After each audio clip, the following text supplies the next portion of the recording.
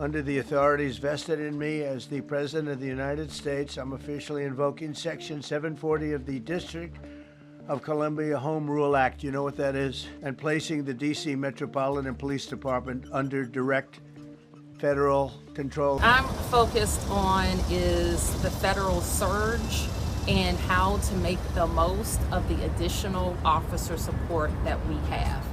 We have the best in the business in MPD and Chief Pamela Smith to lead that effort and to make sure that the men and women who are coming from federal law enforcement are being well used, and that if there's National Guard here, that they're being well used.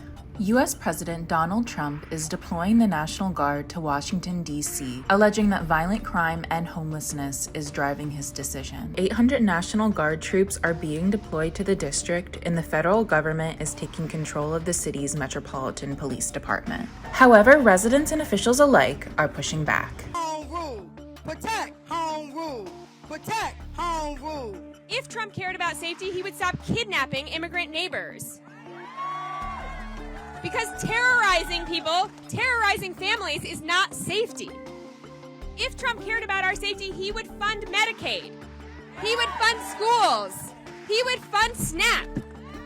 Because people being sick, out of school, and hungry is not safety. Despite Trump's claims, violent crime in D.C. hit a 30-year low in 2024, according to data collected by the local police. And in 2025 so far, D.C. violent crime was down 26%, D.C.'s Metropolitan Police reports. In fact, offenses across the board, including both violent and property crime, have dropped. So, what is giving Trump the power to take over the city's law enforcement?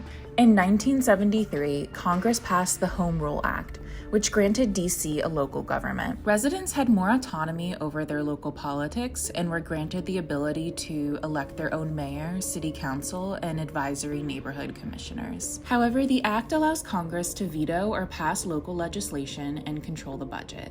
The U.S. president also has the power to appoint the district's judges. And because the city was not granted the right to statehood, D.C. still has no voting representation in Congress. Section 740 of the Act grants the U.S. president the authority to assume control over a city's police force during public safety emergencies. But that power isn't unlimited.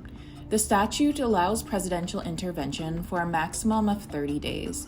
Any extension beyond that would require approval from Congress. Officials argue that because of the drop in crime, there's no public safety emergency. DC's Attorney General Brian Schwab called the decision unlawful. So can the president truly enforce this provision? The question sets up a political showdown over the limits of presidential power and the future of DC's self-governance. If we don't act with clarity, the entire promise of the American dream will be taken from right in front of us.